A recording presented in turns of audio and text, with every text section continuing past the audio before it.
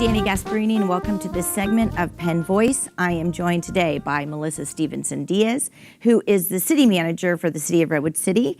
Melissa, welcome back. Thank you. We've had you on the program before, and we thank you for coming back and giving us great updates from the city of Redwood City. Sure. So I think what's on everyone's minds these days is revenue in cities, revenue and expenses. So, and no different for Redwood City. Right. So tell us what's happening with your new fiscal year budget and all the kinds of things that you're trying to do to create revenue for the city of Redwood City. Thank you.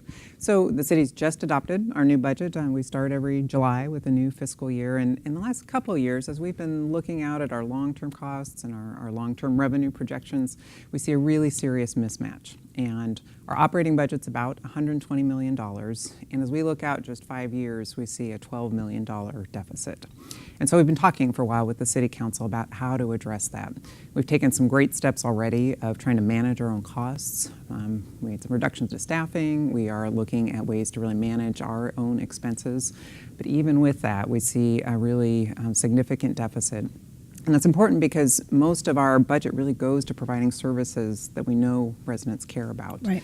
60% of our budget goes to public safety, so police and fire and paramedic service. And then if you add library services, parks and recreation, that's 82% of our operating budget. And then public works, which is such an important part of our infrastructure. Also critical. And so when we look at a $12 million deficit, that's about 10% of our operating budget, we know those really important services will be affected. Right. So we've been in this dialogue trying to figure out how can we be more efficient, how can we reduce costs, but also is there an option to increase revenue so that we don't have to have those kinds of cuts to services the community values. Right. So tell us, the $12 million, it doesn't sort of happen overnight, and you have an eye on why this has happened. So tell us where this has come from, where these added expenses have come from, and how Redwood City is in this position. Sure.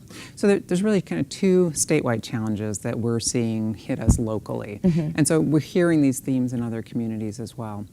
The first is that one of our key sources of revenue is sales tax. It's about 17% of our general fund revenue. And consumer behavior is just changing. Right. Many of us are spending money differently today than we did in the past. And so we're spending more on housing, and we're spending more on medicine and on services, things that don't have a sales tax charge. And so even though we're seeing more sales tax generated downtown with all the revitalization, citywide, there's really not been an increase in sales tax, even though we have more people here daytime and living here. So that revenue has really just stayed flat, even though our costs are going up.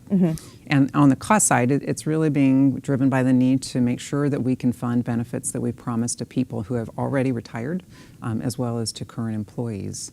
Statewide, this is affecting cities, and so there are more and more headlines out there about communities needing to address these challenges. Right. We have big increases in those costs coming, and so there's just not the kind of revenue growth that is going to offset those costs. Right. Now, has the state's decision on requiring cities to fund pensions in a way you've never been asked to fund them before, that must be factoring into some of the revenue loss then, because now you're taking those general fund dollars and needing to put them away for then a rainy day. Right. Right, yeah. Essentially, it's in just 5 years, we have to spend $10 million more each year just to fund those commitments that were already made, and that's going to go up after that. So it's a big new bill. And I want to hit on this just for a little bit because we've talked about this before. These are pensions that aren't unsafe. So we've been funding our pensions for cities for as long as cities were in existence. And other than perhaps Orange County, there hasn't been an issue where cities couldn't fund the pensions when the worker retired. But the state has decided that they needed the cities to now fund them in different ways and fund them at 100%. Am I saying it correctly so we can explain to sort of our viewers that it's just sort of this catch-22 where you're required by the state to do something differently that hasn't been broken or hasn't caused anyone not to have funded pensions, but now the equation has changed, and so it's now causing cities to have real deficits in their revenue. Is that Well, there's a couple things. Okay. So there have been communities very financially challenged and unable to pay their pension obligations. So Stockton, for example, Okay. Vallejo, there are communities that have gone through bankruptcy, and we're nowhere close to bankruptcy. Right. I don't want to have any alarm about that. But pensions are funded kind of by three parts. They're funded by the employer, Right. the city. They're funded by employees, and actually our employees pay a much higher rate toward their pension than is true in most communities. And they're paid by investment returns. And so when PERS, our state agency, invests the money that they get from employees and from cities, they generate returns, and that funds actually 2/3 of the value of the pension that is then received. But like everybody else in the stock market, PERS was really affected in the downturn in 2008, and they had a number of years where their pension returns were terrible.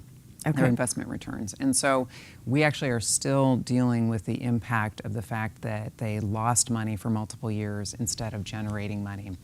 And the way that we make up that deficit is cities have to pay it. Right. So that's where the state is coming to the cities and saying, as an employer, in order to make sure there's enough money to pay these promised benefits, cities now need to make up the difference. Okay. So again, that's sort of happened almost overnight, if you will. I mean, Yeah. it's come fairly quickly. So now cities are, and Redwood City is known for its fiscal responsibility. It's really putting away reserves and saving Yes. for moments. So Redwood City will be impacted less than many other cities in California. But now you have to think about how you either generate new revenue or cut expenses. So one of the revenue generators you were talking about was sales tax. How will you either spur sales tax in the sense of sales, or I think you're also talking about a ballot measure for increasing sales tax revenue? So the councils before, the current council and for several years now have had a very intentional strategy of really trying to increase activity downtown. I know many folks know this, and we're experiencing that. And that's been good financially. Today we received $2 million more in sales tax downtown than we did 5 years ago. Similarly, we get that's a fairly significant increase. It is, and $5 million more in property tax downtown than we did just 5 years ago. So I wasn't here at the time, but I think that was part of the thinking about what can we do to control our own destiny financially. And part of what we can do as a city is say, we're going to allow different kinds of development in one part of town than we've allowed in the past. So financially, that has really helped us, and we're essentially kind of $7 million better off today than we would have been 5 years ago if that activity hadn't changed. So that's one thing the city has done and is doing now. And should be congratulated for. It's an important strategy. Right. Financially, it's really made a difference, and that could continue to be helpful to the city. But the other piece of it is, in order to really start to address this $12 million deficit, one way that we're really seriously considering to raise more money is to increase the sales tax. It would potentially go from 8.75% to 9.25%, which is about 50 cents on a $100 purchase. There's different ways that cities can raise revenue, but at this point, this one seems to have the most impact for us. It would give us about $8 million a year, and so that makes a big headway toward our protected deficit. And at 9.5%, where would Redwood City fare compared to its neighboring cities? It'd be 9.25. 9.25. Thank you. Right, and so there are 5 other cities in the county that have already raised their local sales tax. So Belmont and Burlingame and South San Francisco and San Mateo and East Palo Alto all have already taken this step to increase and have a local sales tax. Additionally, another 7 cities are thinking about placing ballot measures this fall for some kind of tax increase. And again, it's all because we all are struggling, even with this great economy, to make sure that we've got the kind of funding we need for our operating expenses. Right. Well, you'll have to come back and tell us if you do officially put the ballot, the measure on the ballot in November. And I think what we want to leave our viewers with knowing is there are very few revenue generating measures that the cities can take, whether it be parcel tax or fees or development fees, property tax, those kinds of things. So I understand the frustrations and the difficulties that cities face when trying to generate revenue. And as citizens, we don't want you to cut services. Hard choices. Yeah. So we thank you for giving such a great, mindful approach to the city's city's budget this year. So come back and join us and tell us all about the sales tax revenue Happy to do measure. that. And we'll see all of you next time on Penn Voice.